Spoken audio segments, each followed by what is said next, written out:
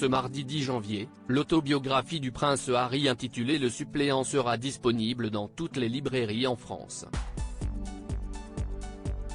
Le duc de Sussex revient dans cet ouvrage sur le décès brutal de sa mère, sa relation avec sa famille, mais aussi sur ses déploiements en Afghanistan. Le prince Harry s'apprête à faire de nouvelles révélations sur la famille royale dans son autobiographie publiée le 10 janvier prochain et dans une interview exclusive diffusée sur TF1. La diffusion du documentaire choque Harry et Meghan sur Netflix, dans lequel le couple revient sur l'acharnement des médias britanniques à leur rencontre ainsi que le laxisme de la famille royale, n'était finalement que le début de longues révélations. En effet, le duc de Sussex semble bien déterminé à briser le mythe de la famille royale parfaite en parlant sans tabou de ce qu'il a subi à Buckingham Palace et des trahisons de son père le roi Charles III et de son frère le prince William. Ce n'est pas un nombre qui me remplit de satisfaction si l'ouvrage du prince Harry intitulé Le suppléant sera disponible à partir de la semaine prochaine en France, il est d'ores et déjà sorti chez nos voisins espagnols.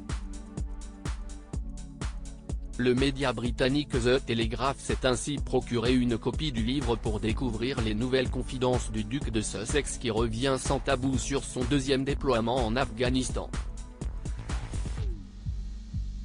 En 2012, il a été déployé au camp Bastion dans le sud de l'Afghanistan avec l'Army Air Corps, où il est resté pendant plus de 20 semaines. Il révèle alors dans son autobiographie avoir tué 25 personnes pendant son dernier déploiement, un nombre qu'il connaît avec certitude. À l'ère des Apaches et des ordinateurs portables, je sais, note de la rédaction, avec exactitude combien de combattants ennemis j'avais tués. Et il me paraissait essentiel de ne pas avoir peur de ce nombre, a-t-il expliqué. Donc, mon nombre est 25. Ce n'est pas un chiffre qui me remplit de satisfaction, mais il ne m'embarrasse pas non plus. Je voulais rentrer chez moi avec ma conscience intacte. Le prince Harry a également déclaré avoir vu les insurgés qu'il a tués comme des méchants à éliminer avant qu'ils ne puissent tuer des gentils, et d'ajouter « L'armée m'a formé à l'autre et ils m'ont bien formé ».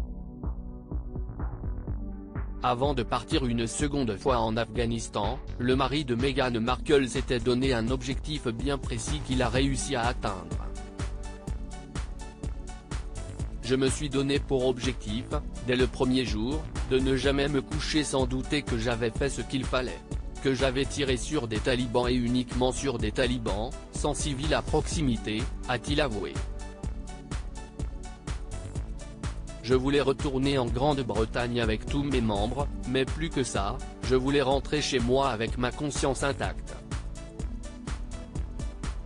Cependant, le duc de Sussex est devenu une véritable cible pour les talibans qui ont déclaré à l'époque leur volonté de faire tout ce qu'ils peuvent pour l'éliminer. Encore aujourd'hui, il est visé par de nombreuses menaces terroristes en raison de ses déploiements et ses dernières révélations risquent malheureusement de le mettre davantage en danger. À lire aussi TF1 va diffuser l'interview événement du prince Harry le lundi 9 janvier.